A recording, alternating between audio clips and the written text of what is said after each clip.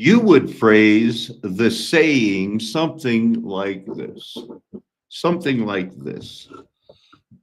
Paco thinks aqueous humor is what used to be called ether,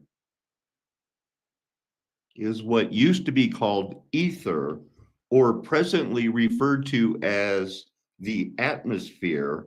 They are mistaken because my legally adopted father has not opened their eyes to the fact that it is simply water divided from other water, another type of water, as described in Scripture. So there's that. Close the page with the idea that I'm glad I do not speak in parables like the Lord did, because some things are confusing enough on their own. Waking up on a Monday morning, parts of LA are burning, but not most of it. Oh, I got to do the present the screen thing. I'm showing a blank screen, I think.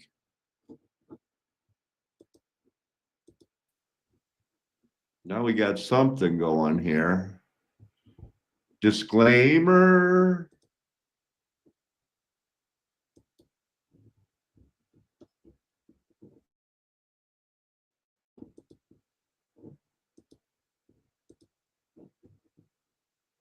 So did we see that disclaimer? You should have saw a disclaimer there. Now I really only have the one picture of the swan that because I was, there are birds and other animals that mate for life. I'm going to touch on the muted swan. It's muted. It likes to hiss a lot, but it still makes noise. What can I say? I'm waking up to the fact that, it's summer here, school's out. Last year, I had all kinds of drama. Don't know what to expect this year, except the school has admitted they think it's legal to lie to me.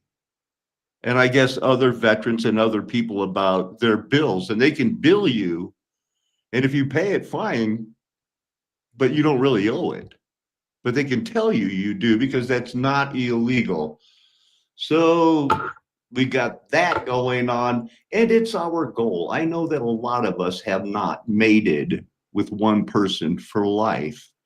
That's why it's the goal for our children. It's the goal for our families. It's our goal for the last generation of children that are going to be born.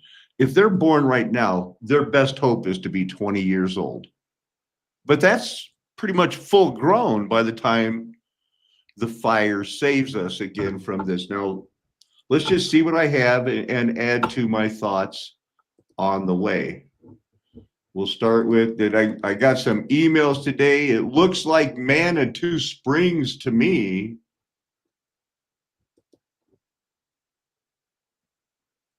Because I've been there.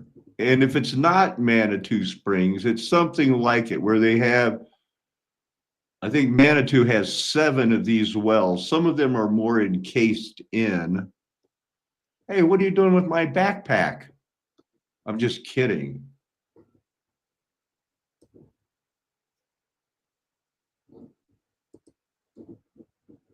So it could be Manitou Springs.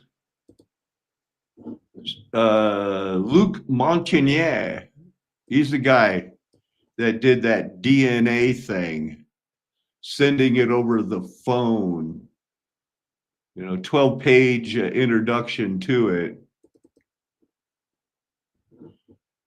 Make it a little bit bigger. Maybe there's some more pictures there. Sending DNA over the phone, it kind of propped up the whole, oh man, a homeopathic type of expression. So there's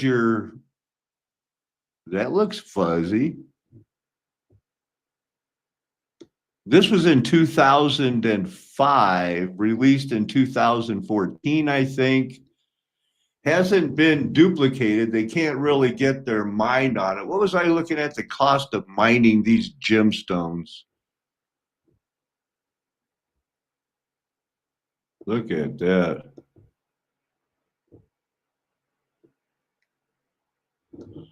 I was looking for, there was a series of videos that talked about, the exploitation of the, like, emeralds. Maybe it was emeralds.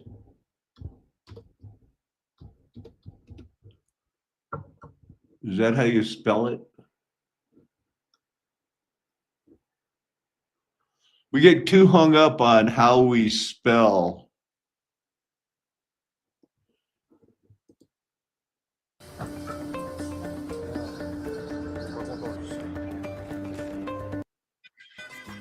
This is how they feed their family. In just a few minutes, they work all day in these barely mines. a meter wide.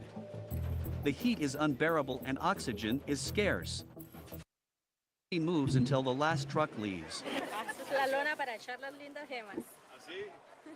¿Usted encontrado hoy alguna esmeralda? Claro, esa es la ilusión de todos. Hace como 25 años. ¿25 años? ¿Vaqueando? Sí, señor. ¿Y vive de esto? Sí, señor. ¿Y cómo le ha ido en general? Bueno, pues eso no se hace nada. A veces se hace y a veces no se hace.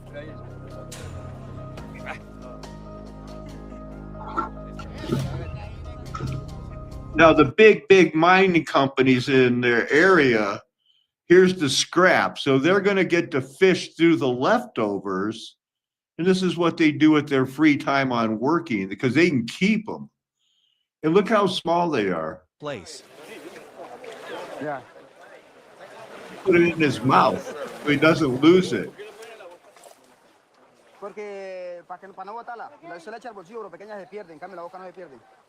Why do I do it? So I don't lose it. Ovidio isn't the only one who has been lucky. Gracias a Dios. Ahí rebuscándonos.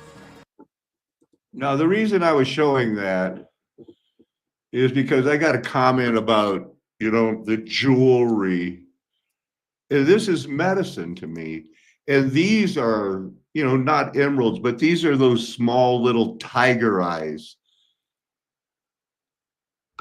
Blogger peak, okay. And they do it to prop up the gemstone market, to make it think that they're not body parts and they're not reserved in judgment. And the Bible doesn't say anything about you can build up gold, silver, and precious stones in your body, because you can't carry anything to heaven with you except that which is hidden in your heart. Symbolically, through the physicality of what you earn. You can earn wood, hay, and stubble if that's your thing. So there's that. Did you see that?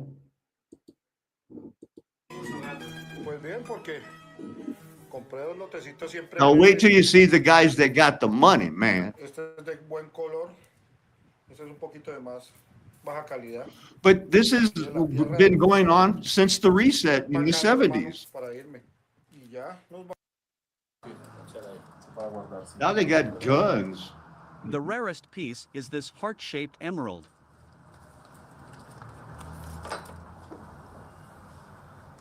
You didn't find that C'est un joli joyau. digging through the remnant. Sur la poitrine d'une femme, ça irait à merveille. Done deal. The intermediary will pay in cash, as always, and net of tax. These stones are expected to be worth €3,000 more in a year's time. Laurent takes the opportunity to try to also sell him his heart gemstone. Ça pourrait peut-être les intéresser. Bien sûr, comme je disais, il y a de la clientèle pour ce genre de pierre aussi. Combien de carats?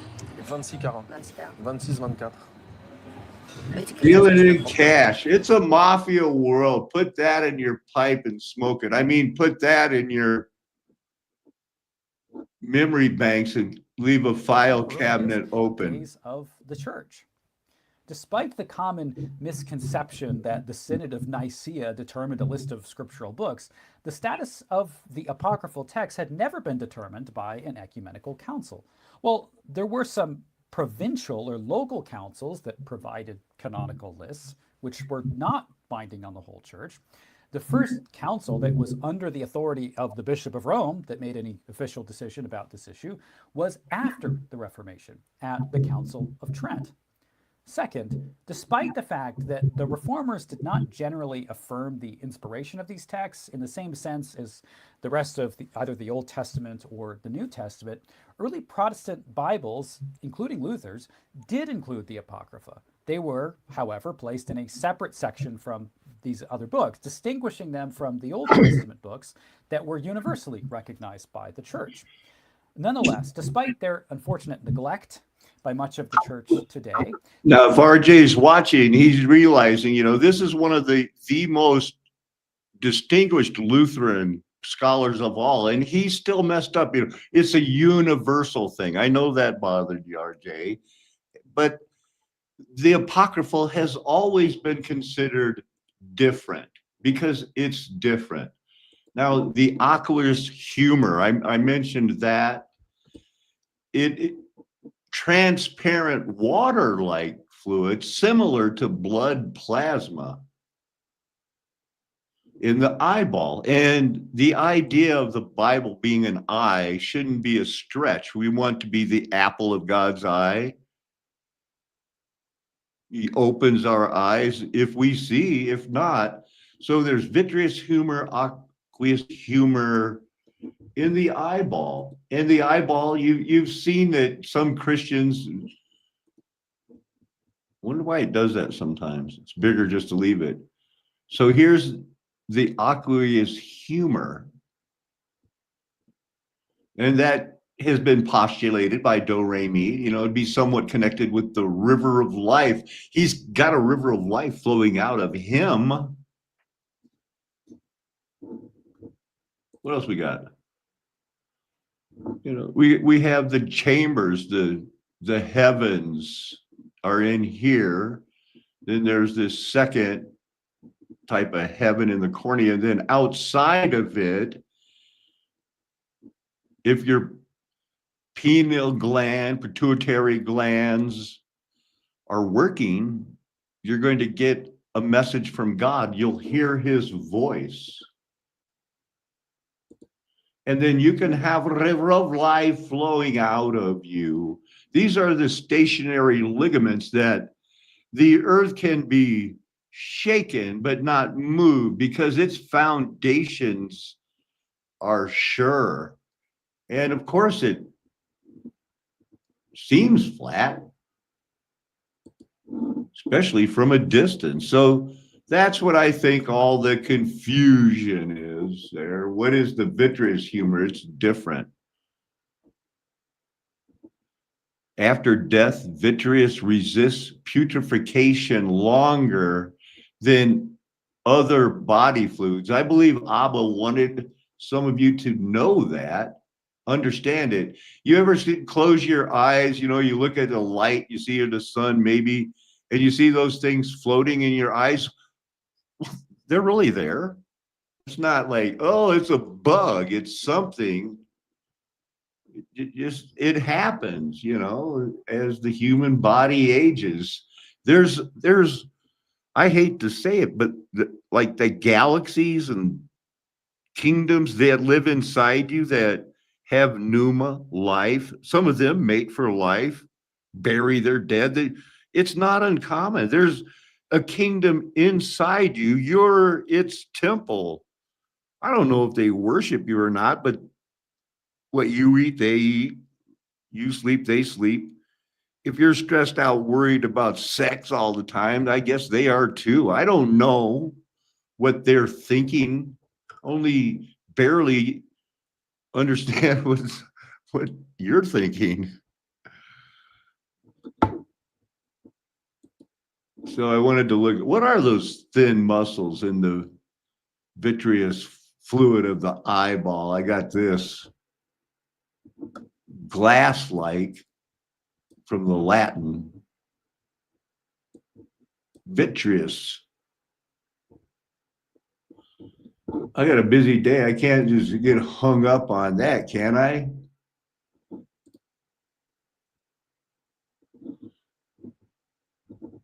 So what's going on here? It looks like it just turns white and black.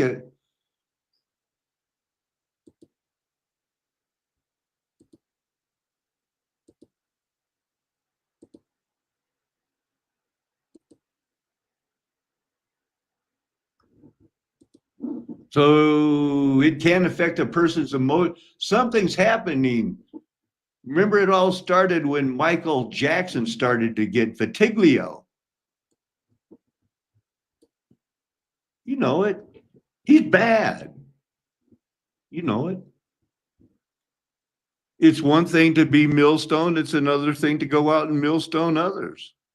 Like, I'm into it, man. So look at all these footnotes. It's all pretty new. When did Michael Jackson get it? The Torah for Dummies. Oh, I did have one picture I wanted you to see in case I couldn't find it in the Wikipedia website here. Postmortem forensic virtuous resist putrefaction longer than other body fluids within hours, days, weeks, postmortem interval, metabolic, postbolic, according to the Jewish religion, out of nowhere.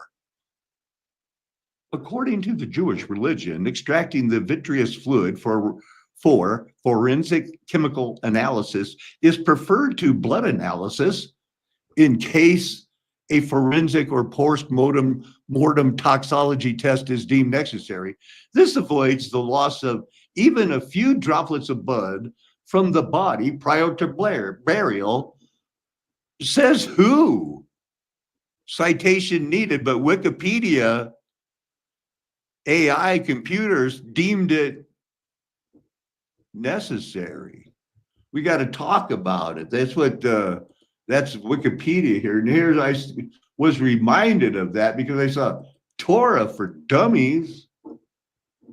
Yeah, the Torah is for dummies. I didn't think I was allowed to be that rude, but here he just says it. Torah is for dummies.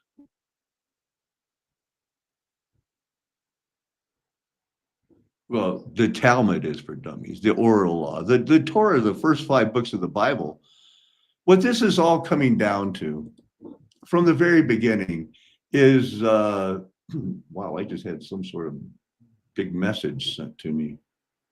I skipped over it before I read it. What it's coming down to is that the whole flat earth psyop that was released, because we wouldn't know it was flat unless they let us know it, what was to divide the people into camps of the people who really hear his voice and now are such a minority, going to everybody else, wait a minute, the God of the New Testament is the God of the Old Testament. This whole idea that there was another God of the Old Testament that was wiping out Nephilim blood or whatever, for whatever reason, they always want to make it seem like, see, now we figured out why that mean old God of the Old Testament was so bad. Oh, doesn't it seem like that? Because it's true. So, nothing wrong with the first 5 books of the Bible. Untitled document of the Torah studies.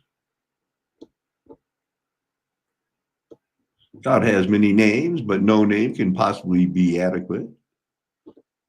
I don't think they're going to get into the Trinity thing, but that's okay. The Christians don't really believe they're saved anyway. They want them to gather in a certain area so that they can get wiped out. Go get wiped out. Tells the story of slavery in Egypt and ultimate liberation and their continuous breaking of the covenant, which God maintained to fulfill his promise to Abraham that through his descendant, all nations would be blessed. And they forgot about the light to the Gentiles. No, the Jews have nothing to offer. Matter of fact, no one can actually prove they're Hebrew today.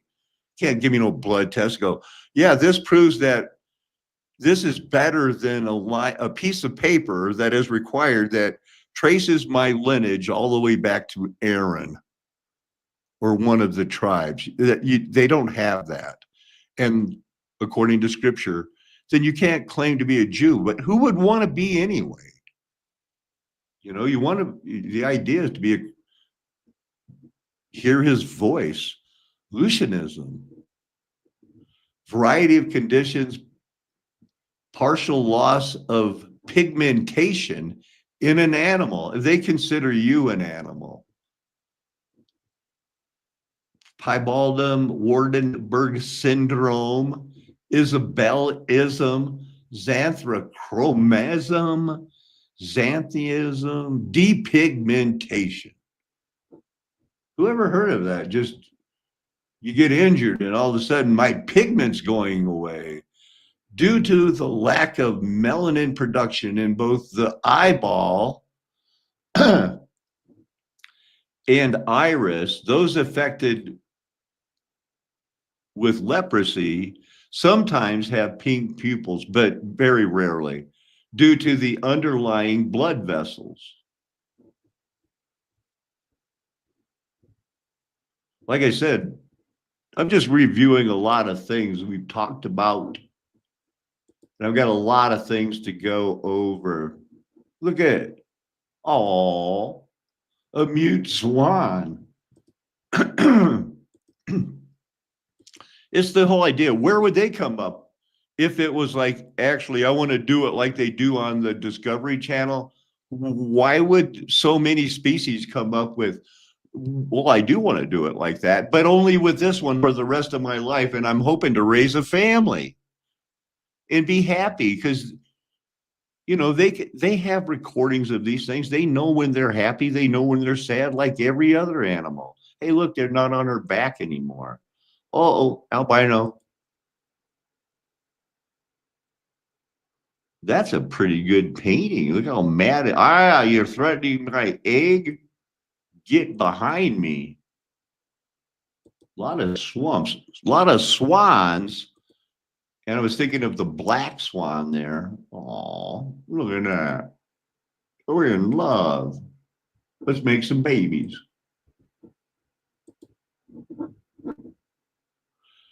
You can't prop up Galileo and still be try to be like you're in the church and all this. He tried to explain within a Marxist framework dumb why Christians. modern science of the type you described Right. didn't arise in China. And the conclusion he came to was it was a difference in a fundamental presupposition. The idea that there was a unification in the sense that there was one creator who had created the universe and created the human mind to study it. And the Chinese didn't have that. That was his view. So it seems to me that is an interesting response to this. If you take the whole world, modern science arose in a particular place, in a particular time, where, in a sense, the general background was Christian. But on the other hand, it didn't arise where the general background was very different. The sinologist Lennox is likely referring to is Joseph Needham. His work was so prominent that it became known as the Needham question. Essentially, why did modern science, as we know it, characterized by the systematic use of experiment, mathematical theory, and hypothesis testing, develop in Europe during the 16th and 17th centuries and not in China, despite China's earlier and often superior technological and scientific achievements? Needham concluded that in the East, there was no confidence that the code of nature's laws could be unveiled and read, because there was no assurance that a divine being more rational than ourselves, had ever formulated such a code capable of being read. In other words, because the Chinese believed in a pantheon of spirits and gods, they had no expectation for nature to behave universally the same. Oh, that's rough. But I just wanted you to hear that to say that I think when you believe in a pantheon of gods, you're believing in the Trinity. And these white Europeans, they did it all wrong because their overall goal was to take it back to humanism, to Athens, to Greek, Plato, Aristotle, Alexander the Great, Socrates, Epicurus. Is this a thing or not? That red shoes thing that the Pope and those guys wear. I guess this guy did it too. His name was Red Shoes. This one was another red shoe that no more red shoes.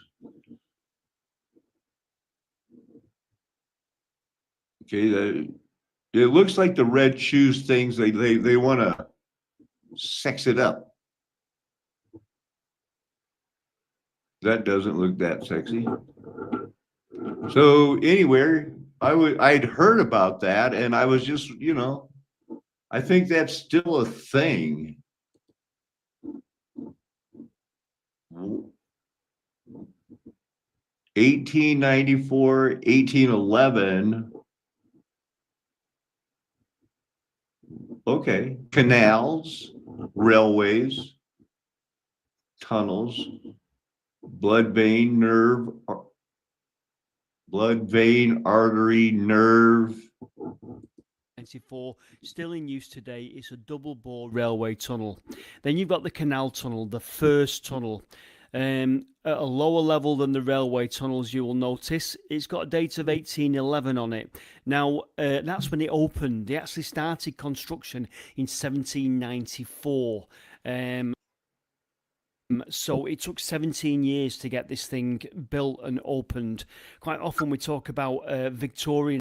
All right, we are going to look at some more of this video because it's the kind of thing I like. It's the kind of thing you like, that you'll see no way did they build it. But I don't think I've seen a better example in a while of how it transitions from the, the six-sided carved sandstone to the brick and some other different, well, you'll see, and tie it into the mud flood and everything. It's just all good. It's all good. It's all going to get tied together later with, with the Great Raft, and how around the Clinton's Ditch, which became the Erie Canal, he was thrown in jail in the late 1700s saying, I want to build a canal. What he really wanted to do was dig it out. And so they found him in England about the same time, say they built them. They started the Lewis and Clark. When we get into the video of the Great Raft, you're going to be all tied in and it'll all make sense. In engineering, well, Standage Canal Tunnel is Georgian engineering. The two tunnels on the right there that you see are the now defunct railway tunnels. They're now disused, but they're used as safety tunnels, and I'll demonstrate that. So here's a little bit more on it. These guys got to go in it. They're excited. They love it. I love this whole thing. Anything about Manchester, England, and the tunnels, they want to go in it. Just very, very kindly invited me along to go through Standage Tunnel, but on the day before that I booked, so I thought, you know what?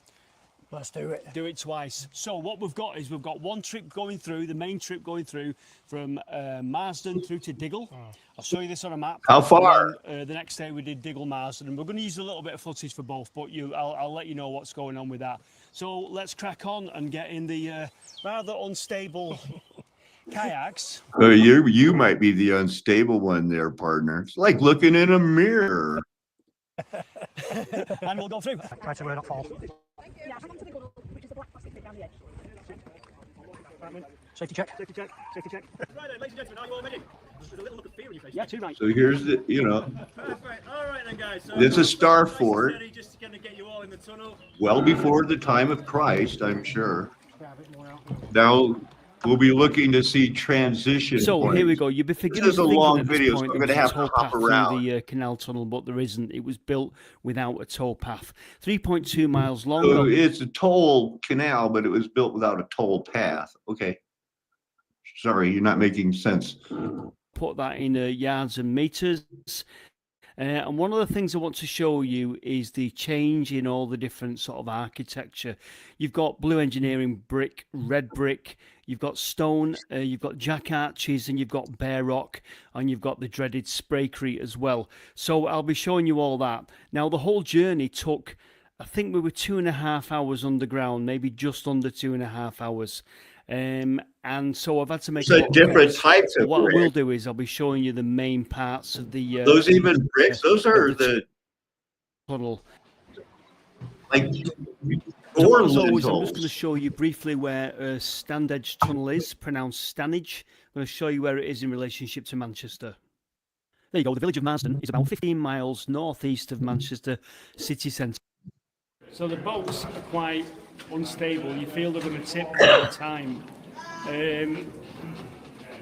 It's very no sudden moves in these boats, I'm telling you. So we're approaching the first shaft now, I'm being told. So I shall film this for you. Now, normally when you go under a shaft, So you can listen to this yourself and see. after you get wet through, because the amount of water that comes down is unbelievable, even when it's dry up above. But I think this shaft here is offset to the canal tunnel. Right and the left. The boards that you see are a walkway between the railway tunnels. There's 3 railway tunnels here. I will show you a sketch in a bit that will illustrate the layout of all the tunnels. The canal tunnel is at a lower level than the railway tunnels. The strengthener here as well. You know, it's a brick strengthener, blue engineering brick there. See, blue strengthener. And we're going to kind of like a whole area that's been probably strengthened after the initial tunnel was dug. A lot of these jack arches were actually put in after the canal tunnel was built. See how the look up at the top? Did you see? The next one has a more example of where it's stone. These tunnels are veins, arteries of the Titans, the mountains. That's all true from the voided previous creation. And the people were quite engineering the Ha-Adam, We-Adams of made from the dust in the 2nd chapter of Genesis. But when they were building the nearby railway tunnels, see them? The blasting They're in starting those to railway show them tunnels more and caused a lot more. of damage to the canal tunnel. So remedial work had to be done. It had to be This is the original Titan vein that they bricked over. supported Here's because one on the roof. it caused a lot of damage building the railway tunnels.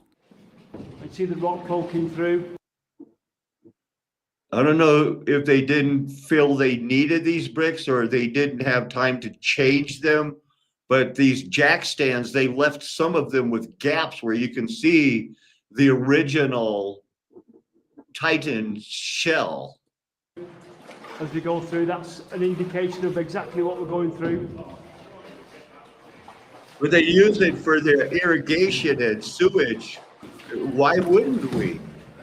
It's very nerve-wracking because... Dude, this guy is so nervous, isn't he? But he's doing it. I like that.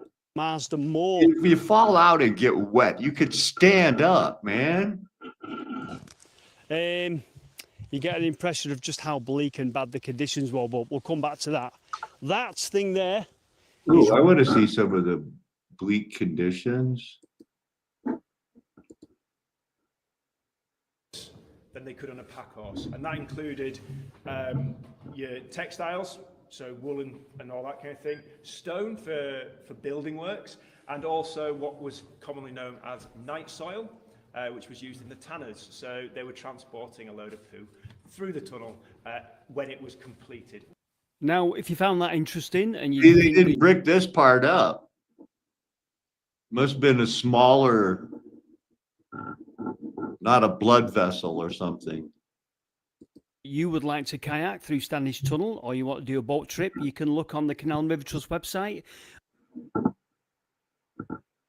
Go. Oh my God. Like where? Oh! Red rope number 2, I think.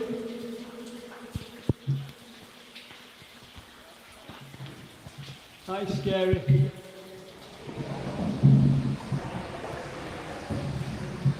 Body part. Hey, In the middle. those are body parts. This, I'm just going to show you a few because, wow.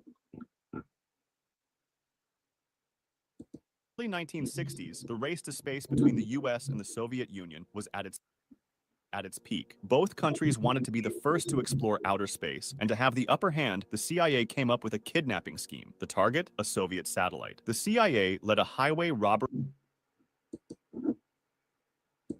Several American soldiers carried out an operation in the South Vietnamese hamlet of My Lai, leading to the deaths of at least 300 Vietnamese citizens. Oh, I guess they killed him in the cold blood. Over the years, American agencies have led several other missions that ended up being completely useless, and Iran Flight 655 is one of the most gruesome mistakes the U.S. Navy made. In 1988, a U.S. warship shot down an Iranian civil aircraft in the Persian Gulf. The plane was en route to Dubai and had 290 people on board. The U.S. Navy incorrectly identified the plane as an Iranian fighter jet and launched a missile to take it down. The declassified documents exposed this grave mistake that led to the deaths of 290 innocent people. 8 years later, in 1996, the U.S. and Iranian governments settled for $61.8 million that would be used to compensate the families who lost their loved ones. However, the U.S. never apologized for this mistake. To make matters, the CIA aimed at retrieving the remains of the Soviet Gulf-class ballistic missile submarine K-129. The submarine sunk in the North Pacific while on patrol, and according to reports, it rested 3 miles below the water on the seafloor. It just goes on, you know? Increased significantly. The Cold War led to the CIA to draw up several bizarre schemes to take down Castro, most of which were aimed at eliminating him. However, one of the most absurd covert operations was Operation Northwoods, an elaborate secret mission aimed at committing acts of violence deliberately against U.S. and Cuban civilians and blaming them on the Cuban government to justify a war against Cuba. When these documents were declassified in 1998, they revealed that the Joint Chiefs of...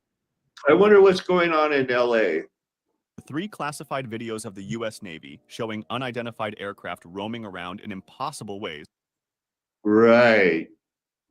Cat is one of the craziest CIA operations of all time. A memo titled Views of Trained Cats detailed the CIA's intention of using cats as spies and releasing them into the Soviet embassy to wander around and secretly hear sensitive information. The idea of this is, I think I have one more from this guy. After World War II, just hold on to your hat, set up we'll whip secret right through paramilitary them. groups in Western Europe called stay-behind organizations. A stay-behind operation is one where a country places secret operatives or organizations in its own territory for use in case of a later enemy occupation. Operation Gladio was the code name for these covert operations. The official purpose was to prepare for a possible Soviet invasion by using sabotage and guerrilla warfare behind enemy lines. However, in reality, these groups also carried out assassinations, psychological warfare, and false flag operations to undermine left-wing parties in Western Europe. They even supported anti-communist militias and right-wing terrorism, with reports suggesting they were involved in the torture and killing of communists. Jack Bauer doesn't care. He'll shoot him in the knee. To Iran. This was especially controversial because after the Iran hostage crisis in November 1979, when Iranian students seized 53 American hostages from... This is what motivated me to join the military. I was a sucker. The U.S. Embassy in Tehran, including diplomats and civilians, the U.S. government under President Jimmy Carter had imposed an arms embargo on Iran, making it illegal to sell weapons to the country. The Reagan administration argued that the arms shipments were part of a plan to free 7 U.S. hostages held in Lebanon by Hezbollah, an Islamist paramilitary group with close ties to Iran and connections to the Islamic Revolutionary Guard Corps. The proposal to exchange arms for hostages was put forward by Manoucher Ghorbanifar, an Iranian arms dealer in exile, and some officials believed that these sales would pressure Iran to compel Hezbollah to release the hostages. That sounds like a really good idea. I wonder why it didn't work.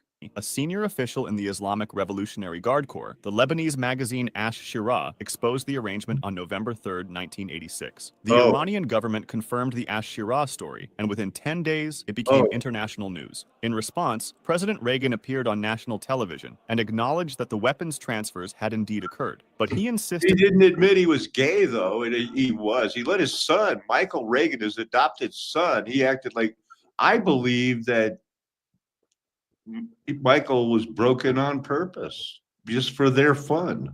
that the U.S. had not traded arms for hostages. This was the first public report of the weapons for hostages deal. According to journalist Seymour Hersh, but later I think he had to come back and go, you know what, we did it. We did do it. Ash initially claimed during a press conference that two of his co-workers, Max Gomez and Ramon Medina, worked for the CIA. The investigation was slowed down when large amounts of documents related to the affair were either destroyed or kept from investigators by officials in the Reagan administration. In March 1987, President Reagan made another nationally televised address, taking full responsibility for the affair and saying, what began as a strategic opening to Iran deteriorated in its implementation into trading arms for hostages. And he lied the whole time. He had, like Biden, is going to be, depending on who you are, the greatest or the worst ever.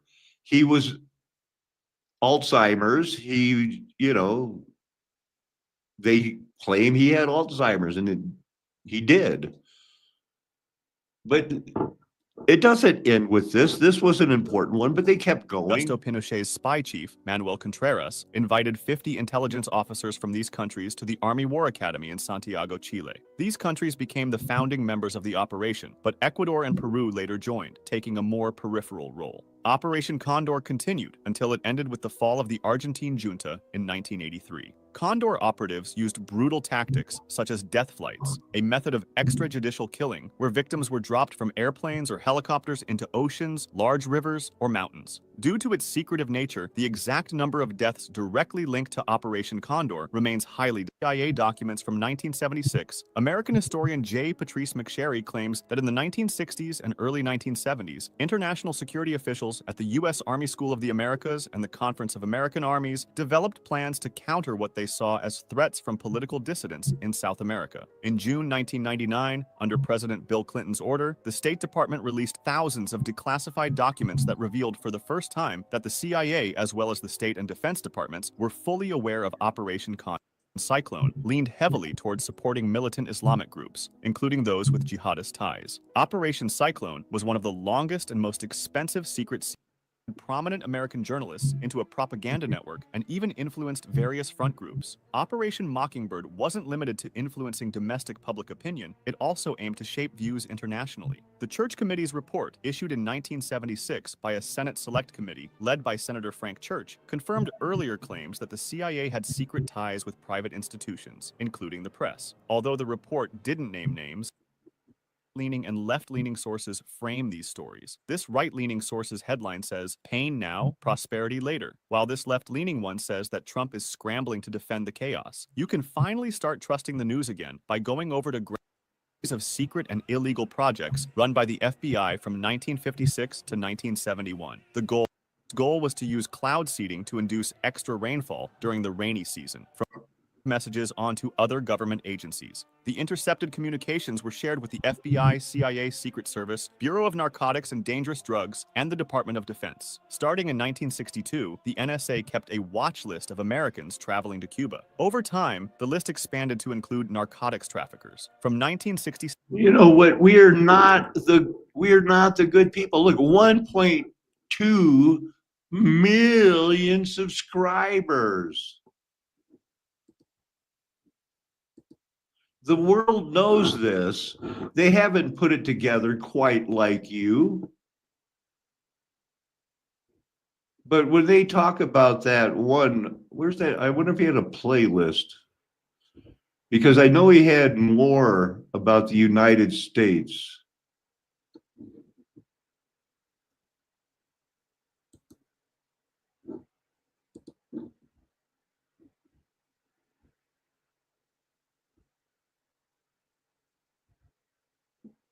Give me un momento.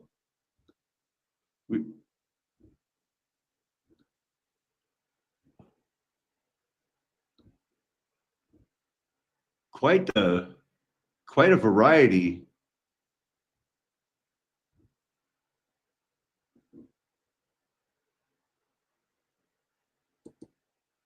Retrieving the remains of the Soviet Golf-class ballistic component and put it back on the truck. This happened after the That's a Soviets kind of launched the a one. multinational exhibit of their Maybe they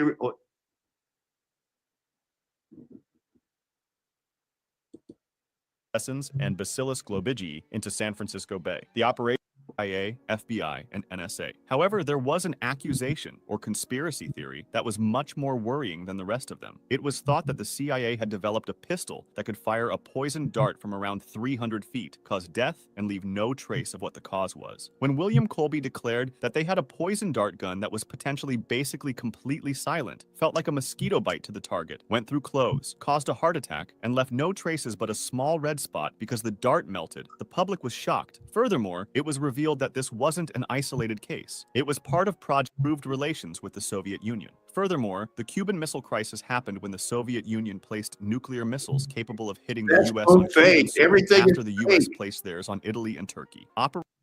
Insectothopter, which was a drone the size of a dragonfly and hand-painted to look like one. It was kept secret until December 2003, when it was revealed to the public at the CIA Museum, and the project was abandoned because it was too difficult to fly in crosswinds. Another similar project was the AeroVironment Nano Hummingbird, created with specifications given by the Defense Advanced Research Projects Agency. These weren't the only times they used animals or crafted fake animals to spy on their enemies. During the Cold War, they developed a camera so light that it could be carried by pigeons in order to take. Then, on the 4th of August, said that a second attack happened, while this was false. The commander of the Maddox, Captain John Herrick, initially reported the attack, but later expressed doubts, attributing the radar signals to freak weather. Now, he wasn't the admiral of the Maddox.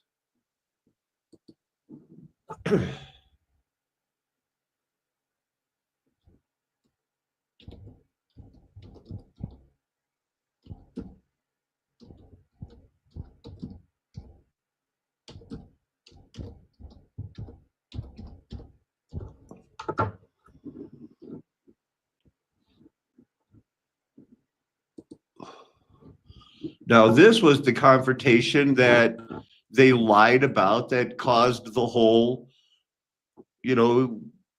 extension of the escalation of Vietnam War, so that the protest, the LSD, we're Mayberry RFD, moms and cherry pies and apple pies and softball. And then there's the rest of the world that wants to take that away from us. And then we were hippies, and now we're whatever, DEI. But the head of this ties into Jim Morrison, the singer of the Doors' death. The United States shouldn't have done it. They thought they were bigger than the other mafias had told them to keep your limits. They were trying to expand, it seemed. Not Ted Bundy. So what I was looking for was Admiral Morrison. I don't think it's this Morrison. Yeah. He is the Rear Admiral, naval aviator, father of Jim Morrison, lead singer of the Doors. The guy, they show him posing on the deck with his son. Here's Jim Morrison, was ready in 1964 to go to West Point or to the Naval Academy, Annapolis. And this guy helped fake a war, so the Chinese or the whoever took this young man, programmed him to sing, "Father, I want to kill you. Mother, I want to rape you." And when he retired from the military, Captain Morrison, Admiral Morrison, the day he retired, his son was found dead in a pool, age 27, one of that group. But he did he was able to channel, well, let's say that he broke on through to the other side. He had to break on through LA woman. He had that voodoo thing going there. He had the mojo rising.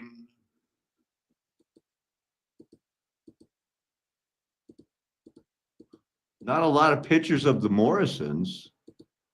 These are his medals for starting the war. Huh. He did it. They paid him back. It's what they do. It's how the mafia does things. You're in it. You don't want to be a part of it. I'm here to warn you that you're going to have to find your own camp of the saints somewhere. Hunker down, hunker down, and then start teaching those kids about the mute swans and saying, we don't sleep around anymore. Maybe it does take a village to keep an eye on some of those people. Acoustic Kitty. And Bacillus globigii into San Francisco Bay. The operation happened between September 20th and 27th. Difficult to fly. Big animals. Herrick initially reported the attack, but later expressed doubts, attributing if there were any physiological changes that could point to a sexual arousal, such as the dilation of their pupils. Of course, this machine was completely pseudoscientific and unreliable. The room's light could change the dilation of the pupil, and many more outside variables made it faulty. Nonetheless, these tests caused hundreds, if not thousands, of people to get fired. The U.S. government poisoned alcohol. From 1920 to 1933, the United States banned alcohol, entering the Prohibition era. This made the alcohol black market flourish, enabling criminal organizations like the mafia to enrich themselves. So the United States alcohol, a substance that made the illegal drinks really dangerous, as a very small amount of undiluted methyl alcohol could kill a human.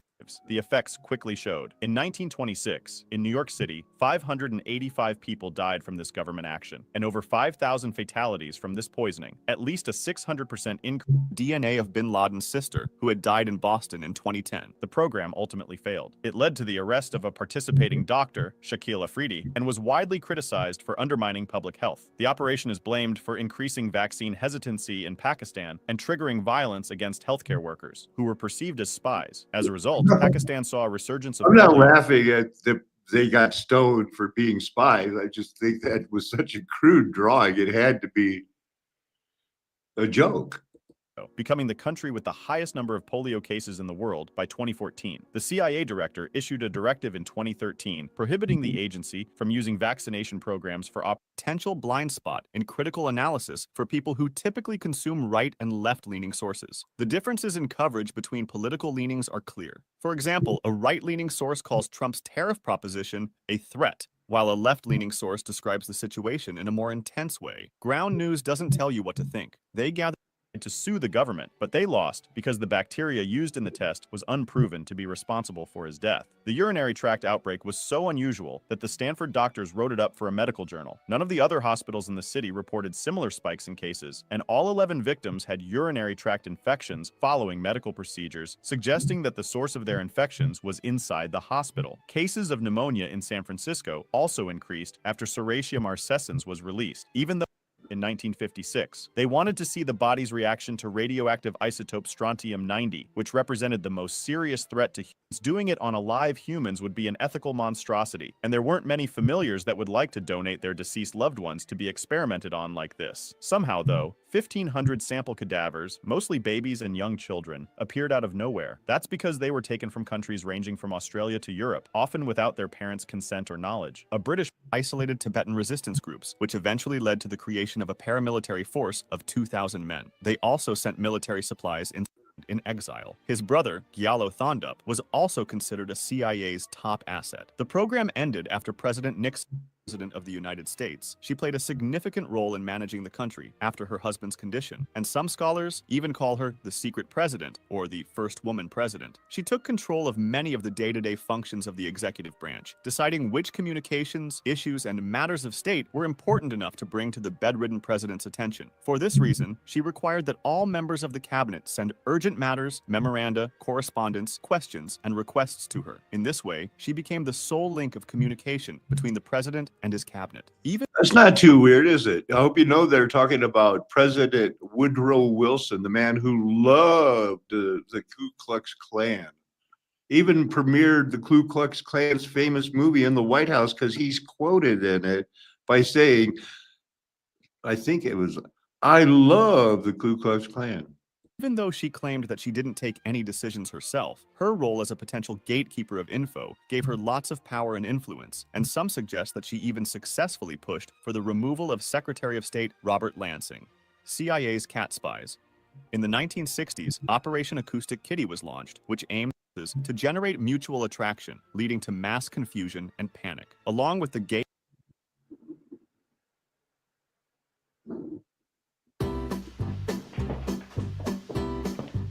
I got 3 words for you. Facebook. Most of you are probably familiar with Facebook, formerly the world's I don't even know how to unpack that. Believe me, if I had the secret vibration trick that billionaires use to get rich, I wouldn't be making fucking YouTube videos. I'd be out there vibrating. I'd be handing out wads of cash to children. I'd be teaching the children how to vibrate. Pause. YouTuber moment. It allowed me to attract a life of abundance quickly, thanks to this video.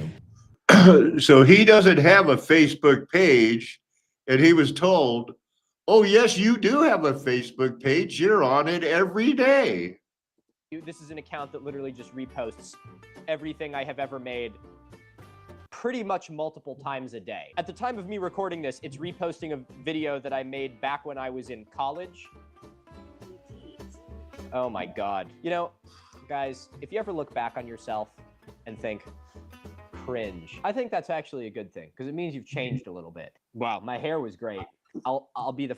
No, it's like a girl's hair, but you know, if you're not a Bible believer, you know, and you're not into like that, and even some Bible believers have to, you know, baby step into it.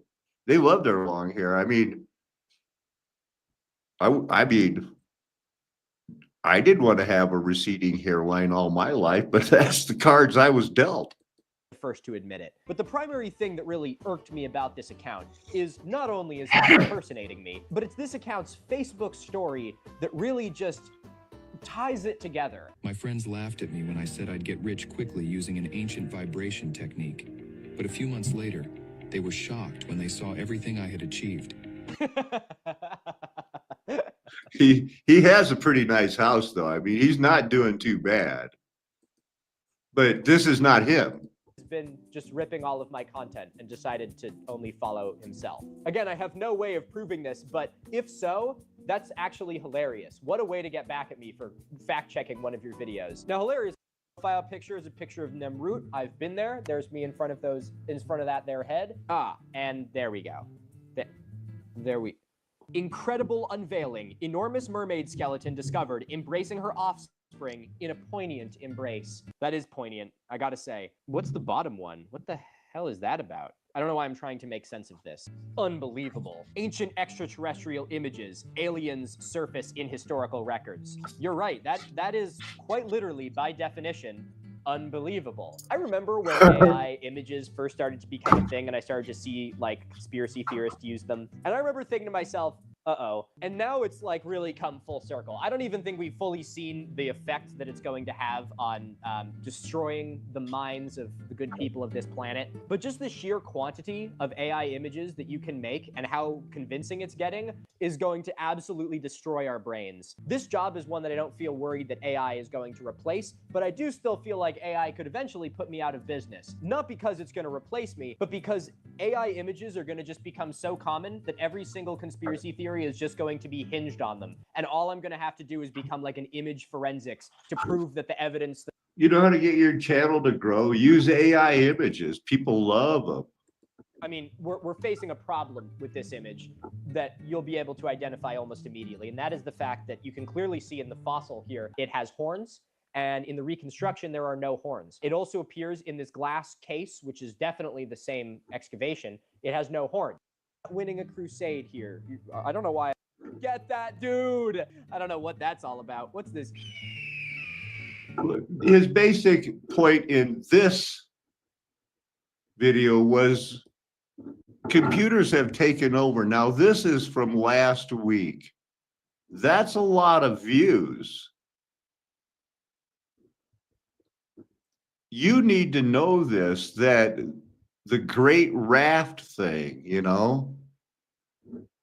Buy stickers now, and I'll explain more about this in the next video. You're in for a treat. If you liked Philip Ziba, ooh, you're gonna love this next one. All right, ladies and gentlemen, without further ado, the Freeman Custis Expedition. While it's been largely forgotten in sort of the general cultural memory, the Freeman Custis Expedition was one of the most important and expensive expeditions of the time. It was commissioned by Thomas Jefferson himself, who viewed it At the same time as the Lewis and Clark thing, because it was time the Phrygian Cap Masons and the Hellfire Club Rosicrucians were in charge. They did it. They got there. And now they were going to rewrite their history so they could say, this is how we discovered it. They found it, cleaned it out, and here we are today. As being almost as important as the much more famous presidential expedition of Lewis and Clark. The expedition was headed by Thomas Freeman. He was a civil engineer and acted as the expedition's cartographer. As the name would suggest, he was of course joined by Peter Custis, who was a student of medicine and joined as the expedition's naturalist. These two men were joined by 22 others, including a expedition became pretty accustomed to having to navigate around these obstructions, either lifting the boats up over blockages or navigating through smaller tributary bayous in order to get around them. While most blockages could be navigated with relative ease, in mid-June, the party, which had now been reinforced with 20 additional You're men... going to be so happy about the slow build of this video for the big finish. I hope I'm not building it up too much, but I'm going to tie this together. And hit a snag of monumental proportions. At first, it just appeared like a logjam, not dissimilar to the things that they had navigated around in order to get this far. But as they disembarked their boats to investigate further, they found that it was something much bigger. This tangle of old-growth cedar and cypress trunks was so big that it formed a completely impenetrable mass. Clearing it, like they had with some of the smaller log jams, was completely out of the question. According to expedition logs, when the team climbed on top of this... Remember, they went out and they were shown this by the people who had been, you know, spared from the reaping at the end of the 1,000 years in 1711. And it had been sitting there, you know, since Lord knows how long, either 1,300, 1,000 years or 100 years. Because there was a catastrophic destruction in Noah's flood, Armageddon, and the reaping.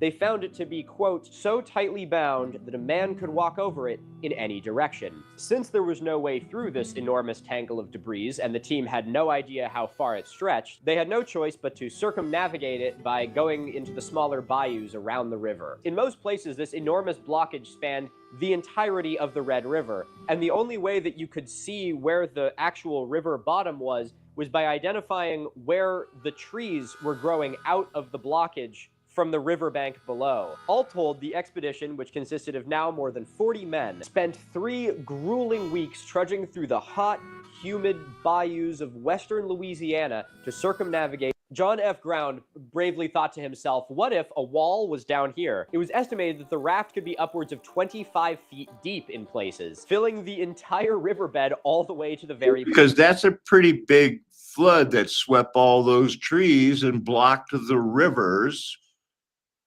Allegedly swept some mountains and islands. 1/3 of them just away. You're gone. Now you're no more. Bottom. Now, when you look at this thing, you may be thinking to yourself, how the fuck? And that's exactly what I was wondering. And there's actually 2 running theories for how the fuck. The first theory for the formation of this feature is probably the one that all of us would immediately go to, which is just this sort of runaway snowball effect of things falling into the river and then building on each other. You see, the Red River goes through a lot of red clay, which is where the Red River gets its name. This part of the world is very sedimentary. It just pushed it backwards and lodged all of this debris that had come down the Mississippi and just pushed it upstream and made an impenetrable mass. And then from there, for the next 1,200 years, stuff just kept... Or there was an Armageddon. But what's the big deal about it? And the reintroduction of beavers into places that they were hunted to extinction often comes with massive positive benefits for the local ecology and all of the human industries that rely on it, from tourism to hunting and fishing. Now, I want you to apply this principle to the Great Raft. It was essentially a 160-mile-long beaver dam that lasted for over 1,000 years. That's pretty big. It's impossible to understate not only how crucial this structure was for the local ecology, but also how much it altered the environment. You see, the huge amount of water that still needed to travel out to the sea was forced to take new paths. On its periphery began to dry up. Among these, Black Lake, Lat Lake, and Saline Lake disappeared almost entirely, and with them the enormous diversity of fish, migratory birds, and wild game that had sustained not only the— They cleaned out. It took years, but they used dynamite and everything. And like the Erie Canal, they finally cleared out the Red River. It affected the Apalachia and the Mississippi to this day. And the debate will be, well, I'll give you that in a minute. Indigenous people, but early American pioneers. As these once productive lakes vanished, they left behind cracked, dry mudflats. Along with the lakes, many of the bayous also began to run dry. Among these was Big Cypress Bayou, which ironically was so wide and deep that it was easily navigable by paddle steamers before the removal of the Great Raft, which is the only reason I even know about this structure at all. And as I went down the Wikipedia rabbit hole learning about the madness of this story, I learned that Cato Lake even had one more insult to injury. As if all of this wasn't enough, Cato Lake was one of the first areas to ever test an overwater oil rig. In fact, just off the shores of Cato Lake today is the aptly named Oil City. In my opinion, a poetic example of our culture's insatiable need to squeeze an area until there is nothing left. While to the Americans, the removal of the Great Raft was a triumph, to the Cato people, it was essentially a death sentence. As we spoke about earlier, the Cato people had developed their culture for over 1,000 years to work alongside this massive monument. It had also kept them safe. They lived under, Christ. That was the 1,000-year reign. They made it work. And afterwards, we have, Satan had this in mind, a whole group of nations doing something else. European invasion up until this point. And now, both of those things were gone. Due to their unique geographic position, they had seen what had happened to all of their neighbors around them. The vicious conquest of the Spaniards in the west, as well as that of the French, English, and now American in the north and east. While their unique environment had kept them safe for many years, they knew that it wasn't long before this invasion came right to their doorstep. In 1835, with much of the Great Raft destroyed, the way of life of the Cato people began to collapse. Every system of survival they had developed for over the last 1,000 years was destroyed with snag boats and nitroglycerin. And the United States, just like every other colonizing force in history and today, knew this. They knew that one of the best ways to control a people is to cut off their supply of food. While yes, their primary goal of the destruction of the Great Raft was to— How do you feel about your supply of food? Would just take what they want by force. In an attempt to save their people, they were left no choice but to sign a treaty of cession, yielding almost 1 million acres that their ancestors had inhabited for over 1,000 years to the hands of the US government. During the negotiations— And who was doing this to them? Immigrants. Our country was built on the manifest destiny thing. We were the immigrants. We knew better. And now we have, a few generations of people going, and we had a lot of immigration in the 1900s saying, no, this is the way it should be. We don't want any more immigrants. And they took it from the people. The Cato people lacked their primary translator and were forbidden from having their French Creole translators present. It's impossible to say how much this handicap affected the results of this treaty. When ink was put to paper, the Cato people were given— You'll find a few small, shrunken lakes, almost always with a large man-made earthen dam facing towards the river. These lakes have vacation cabins, campgrounds, and fishing and boating opportunities. But the Great Raft, which created these lakes and much of the land around it, has been almost forgotten. There is nobody alive for several generations who has an actual memory of this structure's existence. And while for those who live along the banks of the Red River today, there may be a lasting cultural memory, in the overarching American consciousness, they'll scream woke or white guilt to prevent them from having to have an uncomfortable conversation. But history is uncomfortable. It's impossible to tell the story of the Great Raft and leave out the greater implications. It would not be enough. Here's some interest. So the water just goes so fast. They're like, why is there a drought here? It's like, well, why do you fucking think there's a drought here? Also, you put like 800 million people in the fucking desert, okay? I don't know what you want me to tell you. Because of this, beavers create immensely productive ecosystems that can last long after the beavers have abandoned the structure. This is why these animals are known ecologically as a keystone species. This one species essentially builds an ecosystem, and the reintroduction of beavers into places that they were hunted. All right, so let's see the Aphechelia. Can I?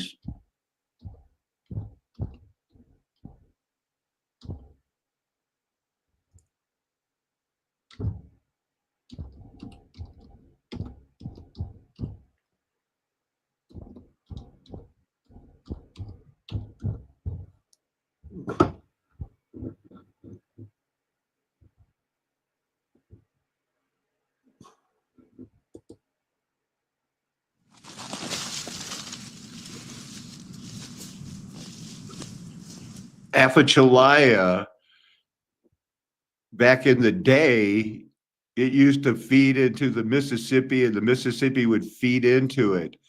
But when the Great Raft opened up the rivers, they realized they were going to lose New Orleans and their beloved Mardi Gras demon worshiping center. So they built the whole Aphechelia River to keep the river flowing as long as they could to New Orleans. The argument is going to be, did Alan Paco figure it out? Or did Lord tell him? Or a combination of both?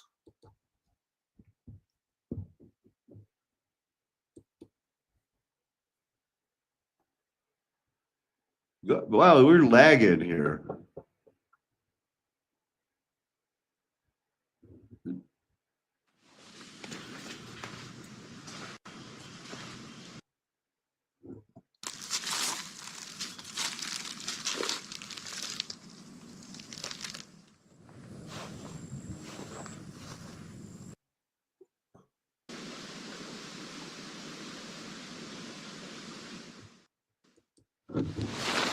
All right, hiking back towards the trailhead, the area where we began this adventure. And there is a storm approaching. I can already feel the rain and the wind picking up, thunder getting closer. So trying to just make some time before the weather gets real severe out here.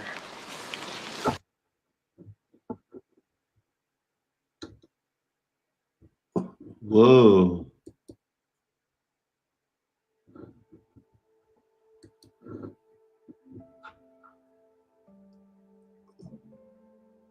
Hi everyone, my name is Ken. Welcome to this house.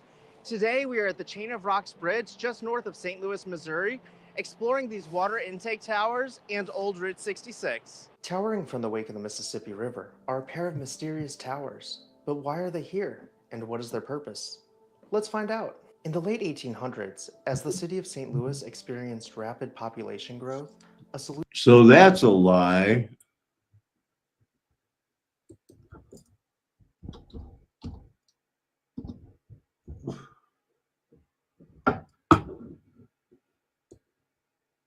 I'm going to have to put in flood control.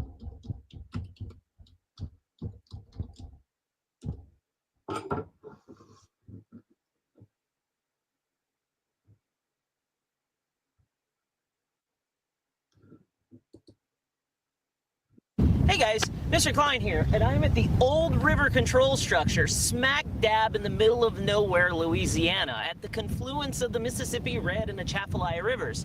Now, right now, it's Memorial Day weekend, 2019, and Pre-COVID. Old River is a small area of land where the Atchafalaya, Mississippi, and Red River of the South all meet. Now, contrary to popular belief, the Red River of the South actually does not... The Red River is the one that freed up the water after the 1,000-year rain.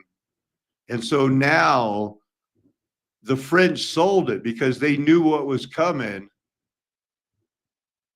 And now America got stuck holding the bag again.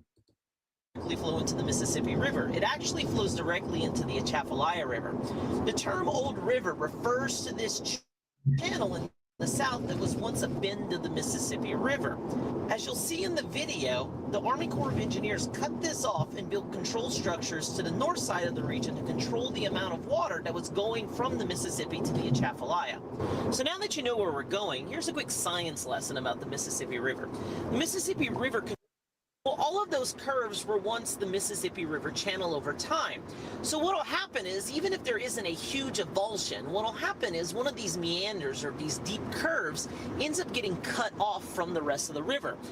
That's a miniature avulsion, if you will, and it forms what we call as an oxbow lake. You've all heard of those. Gulf of Mexico wouldn't be held back by the Mississippi River anymore. As a result, the city might actually have to be abandoned because of the lack of fresh water for the residents. All of the petrochemical plants between Baton Rouge and New Orleans would be in serious trouble because they would lose their access to the Mississippi River. And they use this as a way to cool the chemical processes and the machinery that they use in their plants. In addition, the entire port facilities between Baton It's fairly rare to open to this structure. This is actually only the 15th time in 2019 that it's been opened since it first became operational in 1964. During the 1973 Mississippi River flood, it was the first major... the world's largest prefabricated power station.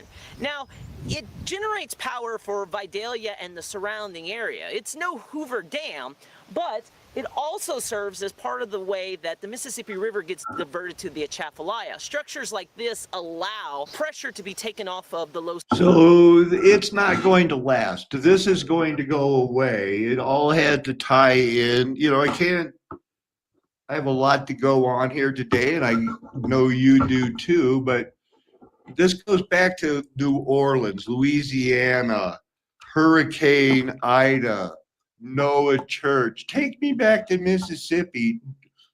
What about my prophecy that there's going to be a hurricane hitting and it's coming there and it's going to hit New Orleans? It'll be okay. How'd it go? How'd that work out? The God, and God answered, but God, that it was that God routed them when they raised that war cry. Is it a word? Ha Elohim. So this is God. I looked up that. Going backwards, our God. I think this is Ha. This is Elohadnu. That's our God. Is one. He had one day. They gathered in one place. They will become one flesh. This means one.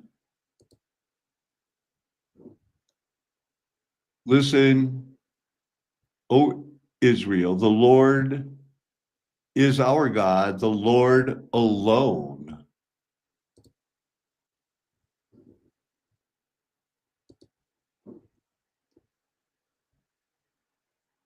There's another one, same thing, 259, that one day.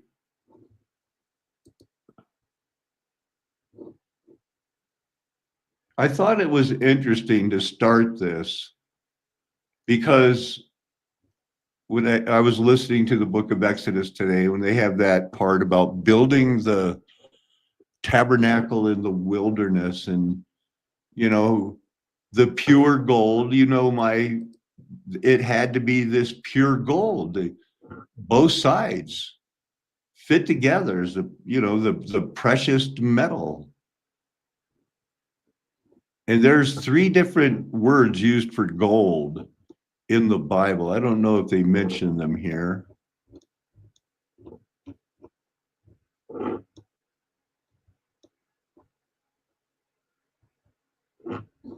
Powdered gold, fine gold, and gold. Gold, pure gold, you know. So he made them for the tabernacle. The clasp had to be one to where they could fit them together in the curtains, because the tabernacle, it means, you know, doggone it, this means it is one. It is one. That's how the warp and the woof of God fits things together. That's how, as a living stone, you will be fit into the body of Christ. He also made 50 gold clasps to join the curtains together, so the tabernacle was a unit. It was, I love the ESV, a single whole. How do you like that? If a prophet or a dreamer of dreams arises among you and gives you a sign or a wonder, and the sign or wonder that he tells you come to pass, and if he says, let us go after other gods which you have not known, and let us serve them, you will not listen to the words of that prophet or that dreamer of dreams. Now, I would like to come back tonight and talk to you about how this all started, and from the very get-go, back when this was new to me in 2016, 17, and 18, and Rob Skiba and Zen Garcia were coming out with the whole BS Nephilim thing, they both admitted it was because they struggled with the mean God of the Old Testament, and they were so happy to find out he was only killing the Nephilim blood, and that the God of the New Testament was a good God. That's their whole plan. And there are a lot of people out there saying that they've had dreams and visions that are opposite of mine. And it's up to you to decide who has your best interest at heart. I know me and my friends do. Amen. Hallelujah. Aho. Aloha. Arrivederci. Ciao. Sayonara. Auf Wiedersehen. Nakame. That means adios.